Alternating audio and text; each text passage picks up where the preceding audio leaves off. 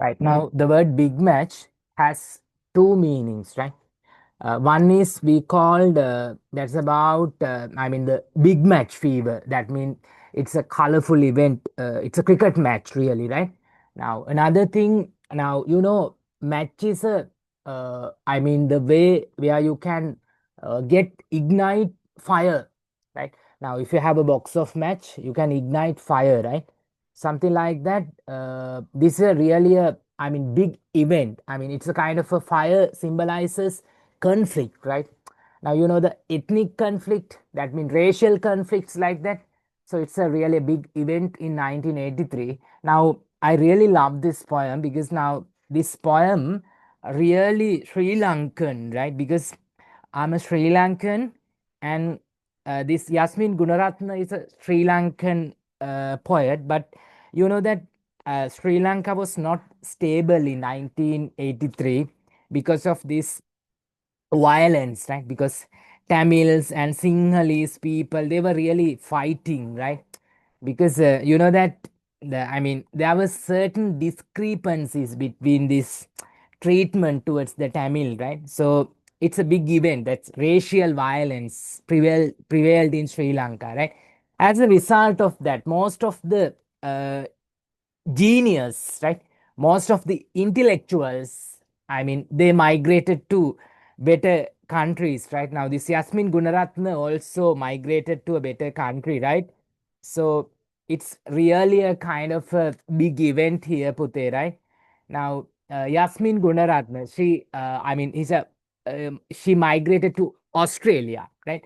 And she became a professor of English, right? So really a big landmark character in Australian university, right? Because to become a professor in Australia as a Sri Lankan, it's unthinkable, Pute, right? Right.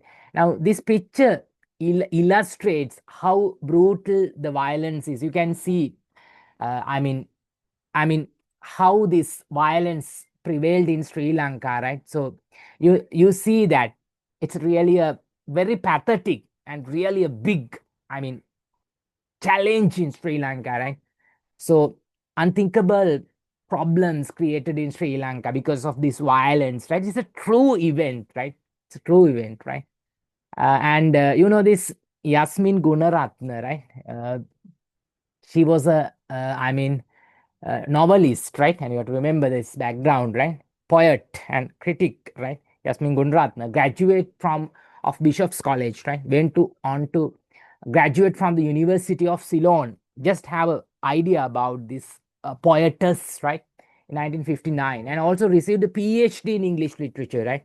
So it's really unthinkable, right? PhD in English literature, right? From Cambridge University in 1962, right? Yasmin Gunaratna became a resident of Australia in 1972, and you know that in 1960 81, she was the first and remains until now the only person to receive the higher doctoral degree of Doctor of Letters. Now see she how genius Yasmin Gunaratna is, right? Ever awarded by the Massacre University, right? She now holds a personal chair in English literature. Now, if you use the personal chair, she's the one who pioneered in that subject. So that much of caliber, right? English literature at Massacre University, right, which is located in New South Wales, right? From 1989 to 1993, he was the foundation director of university's post-colonial literatures and language research center, right? So you see how talented Yasmin Gunaratna, right? And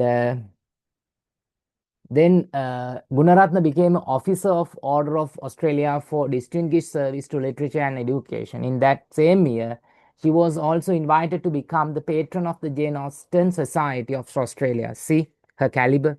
Gunaratna also had a place on a committee appointed by the federal government to review the Australian system of honours and awards from 1994 to 1995.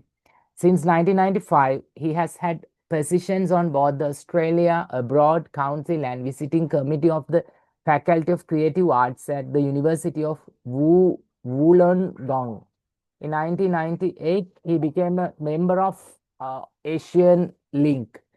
She has been a visiting professor or specialist at many different places around the world, including the following: Edith Cowan University, Western Australia, University of Michigan, Jawaharlal Nehru University, India, and University of South Pacific. Title of the poem. Now you have to remember the title. I told that it has double meaning, right? The poem is called Big Match 1983. The title is ironic since it actually refers to the communal riots which broke out in Sri Lanka in July 1983 between Sri Lankans and Tamil communities, right? Instead of friendly match between two big schools, which is usually accompanied by a lot of fanfare. However, the poet satirically maintains the big match spirit in describing the violence and bloodshed which marked the riots, thus making it all the more horrible as well as pathetic, right? So learn these words also, right? When you write answers, you need these words, Pute, right? The Black July, so called since it added a black mark to our proud history, right? Led to great destruction and bloodshed, which soon hit the headlines across the world, right? The title match, however, is somewhat inappropriate in my view, since unlike in an ordinary match between two sides, this match is almost completely one-sided. This is because there was hardly any resistance to the Sinhalese mobs who engaged in violence from the Tamil community, which consisted mainly of some innocent people living in urban areas. If we compare it to a match at all, it is a type of match where a strong team thrashes a weak team mercilessly. Now you see that much of, I mean, big match, right? Structure of the poem, right? Now, when you get the poem into your hand, Pute, free verse style, right? This is a fairly long poem, the longest in the syllabus, right? Consisting of 7 stanzas written in free verse, right? Remember that is, right? That is 7 stanzas, Pute, right? And the poet uses multiple points of view of the racial violence in this poem. For example, the first stanza is written from the point of view of an impartial observer who is appalled at the way the media has sensationalized the riots, while in the second stanza, the poet speaks with the voice of the educated intelligentsia of Sri Lanka, who try to impartially find the root causes of these destructive riots. Stanzas 4, 5, 6 are told from the point of view of a member of a minority community who is tensely anticipating an attack to be made on his house. The final stanza takes a panoramic view of the violence at large with sharp glimpses of it in the north as well as the south. By providing multiple points of view of the racial violence in this way, the poet presents in vivid and poetic terms the agony and the suffering of a country caught up in senseless communal hatred and violence. Now, we have to remember the themes, Pute. The events of 1983, the ethnic conflict, right? And forged by extremism, race, and religion, the violence released against civilians, the innocents, right? The events have a historical background, right? Extremism begets violence, right? Because once released violence consumes everyone, becomes unmanageable. You see, unmanageable violence, right? Techniques, right? Now, metaphor, the title itself is a metaphor. Metaphor is an imaginary comparison, right? The poet tries to convey the message that the people derive a sadistic pleasure in being involved in violence. The line and Big Match fever, flaring high and fast, he has both sides in its grip, lays bare how intense and volatile the situation is. The match can also be associated with fire. The racial hatred seems to be the root cause of which could possibly be represented by a big match stick. Irony is also one conspicuous poetic device which surfaces at certain points in the poem. Three boys lie dying, a crowd looks silently the other way, magnifies the indifference and unlikely attitudes of the people. Imagery. The poet uses very strong images to highlight certain to highlight certain thematic motifs.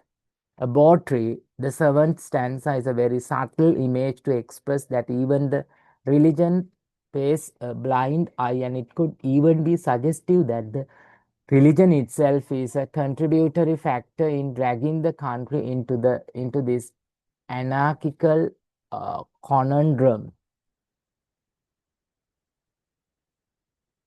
Now, narrative and description. Metaphor, the nuances of big match, sacrificial fire. Game is in other hands, dialogue, story within narrative, simile like all photographs, irony, sarcasm. I'm stepping up my intake quite a bit. Alliteration, enchantment, caesura, metaphor, irony, visual imagery. So we have to remember these techniques, Pute, right? And glossary, some difficult words you have to remember, Pute, right? Glimpsing mean seeing. Scuttle mean run hurriedly. And shelter, right now, we have to learn these difficult words, right? Shelter, place, giving protection, right? Giving protection, right? So we have to learn seriously. I mean, before, I mean, going into the discussion. So we will do it seriously, seriously.